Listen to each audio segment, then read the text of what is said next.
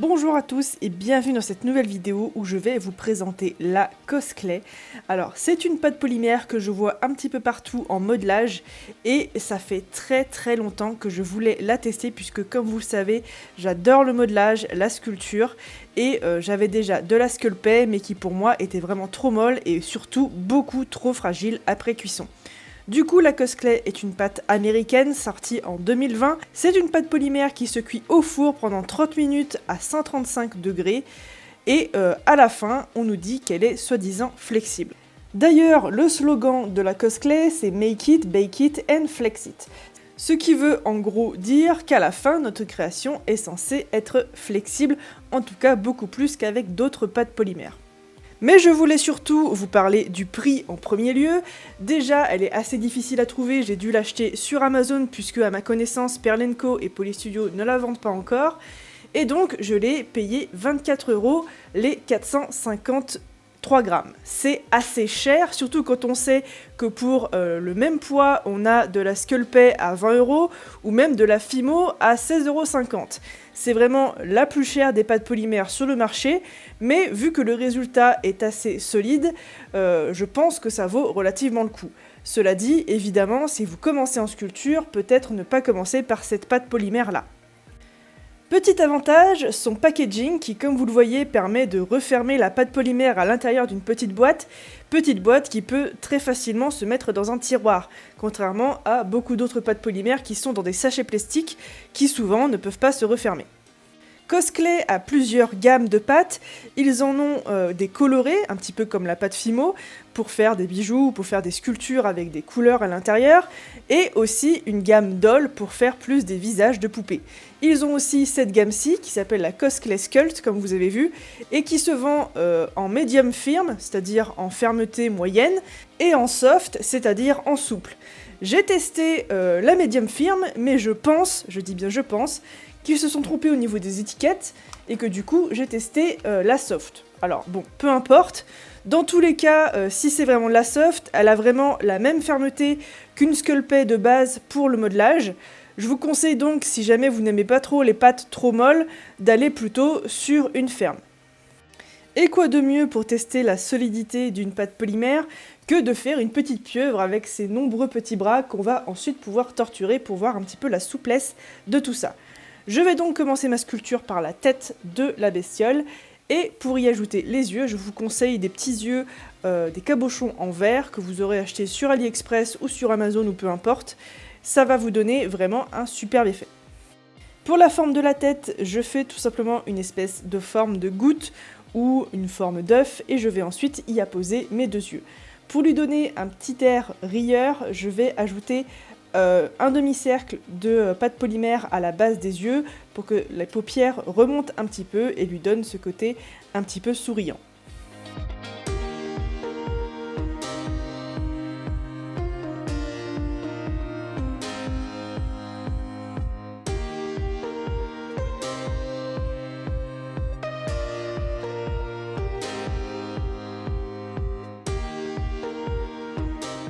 Je vais ensuite lui préparer ses 8 bras. Attention, pas obligé qu'ils soient tous de la même taille puisque je vous rappelle que les poulpes, les pieuvres et tout ça ont la capacité de faire repousser leurs bras à chaque fois qu'ils s'en vont et du coup ils peuvent très bien en avoir des plus petits que d'autres.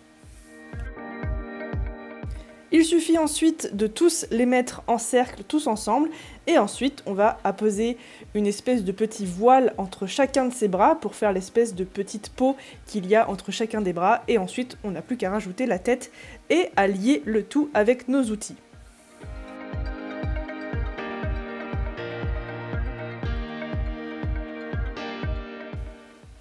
Une fois qu'on a les formes générales de notre pieuvre, on va ensuite pouvoir lui donner sa position finale. Je vous conseille de faire des positions différentes. Ici, je voulais tester un petit peu la solidité de la pâte, donc du coup, j'ai fait en sorte qu'il y ait des arrondis pour pouvoir ensuite jouer un petit peu avec et tordre les tentacules. N'oubliez pas aussi d'ajouter quelques petits détails qui vous font plaisir à vous, comme par exemple des marques sur la peau, des textures, etc. Le principal ici, c'est vraiment de s'amuser. Vous voyez que c'est un modèle hyper simple que même des enfants peuvent réaliser. Soyez intelligents et faites comme moi, ne mettez pas toutes les tentacules de façon à ce qu'on voit toutes les ventouses, comme ça vous en aurez moins à ajouter. C'est, je crois, le truc où j'ai mis le plus de temps à ajouter tous les petits détails, les petites ventouses, etc. Il suffit juste de couper un petit colombin de pâte et ensuite à prendre un petit dotting tool et à venir faire la ventouse en la collant correctement à la tentacule.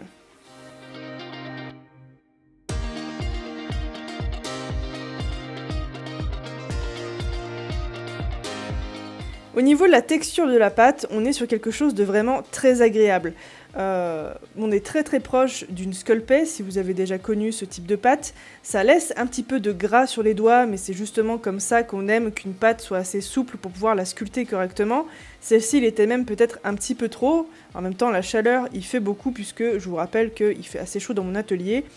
Et au niveau de l'odeur, en revanche, la sculpée sent assez fort pour moi. Celle-ci n'a vraiment aucune odeur, à part si, évidemment, on met le nez dessus.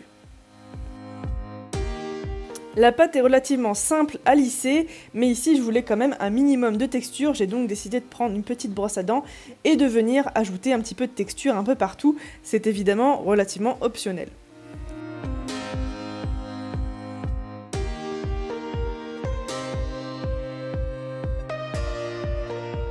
Si vous débutez dans le modelage, je peux vous donner un conseil qui va vous servir, je pense, toujours attendre avant de faire cuire votre création.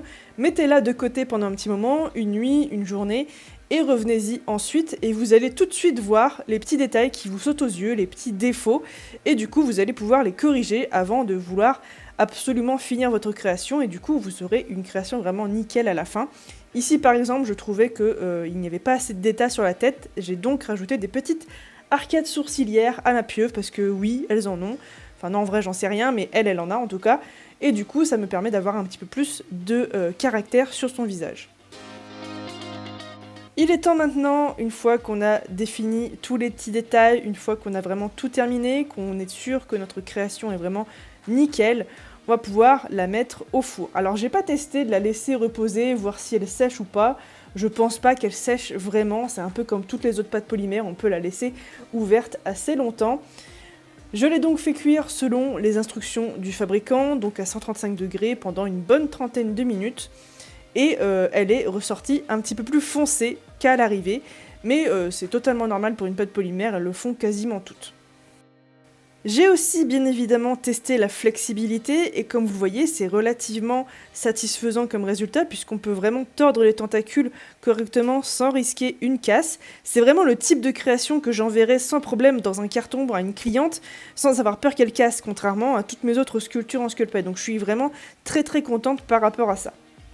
On va ensuite passer à la partie que je déteste le plus, c'est-à-dire la peinture, et je commence par une sous-couche de blanc pour avoir une base un petit peu plus neutre et un peu moins foncée, surtout puisque je voulais une pieuvre jaune, c'est-à-dire une de ces pieuvres qui, il me semble, vit dans les eaux chaudes et qui est mortelle pour l'homme, puisqu'elle a du venin, contrairement à beaucoup de ses cousines. C'est donc une pieuvre à pois bleu. Et voilà, je la voulais donc jaune, un petit peu flashy, pour voir un petit peu comment rendaient les couleurs sur cette pâte polymère. Au niveau de la texture de la pâte cuite, on est entre la pâte polymère cuite classique et la balle rebondissante. Je ne sais pas si vous vous souvenez de ces balles un petit peu en caoutchouc. Ça fait vraiment entre le caoutchouc et la pâte polymère, donc c'est vraiment assez bizarre comme résultat.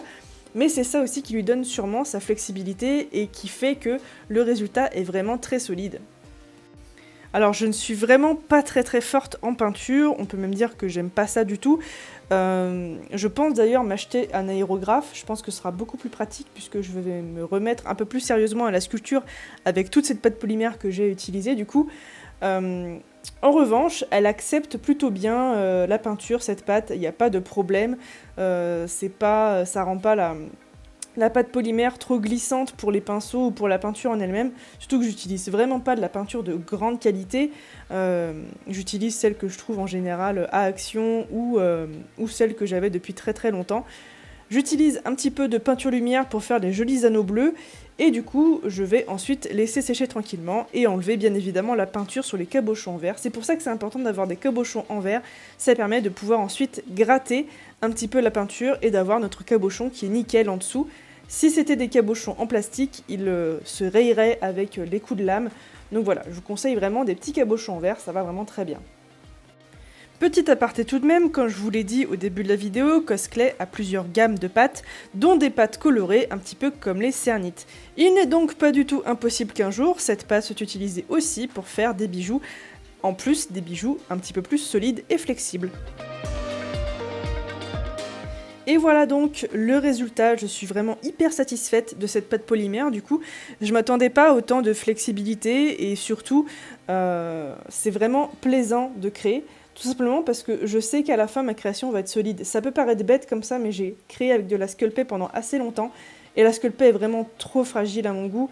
Il y a des petits morceaux qui se cassent très facilement. Donc voilà, je suis vraiment hyper contente. Si vous aussi vous avez aimé cette vidéo, n'hésitez pas à liker, partager, à vous abonner, etc. Sur ce, moi je vous dis à très vite pour d'autres tutoriels. Ciao!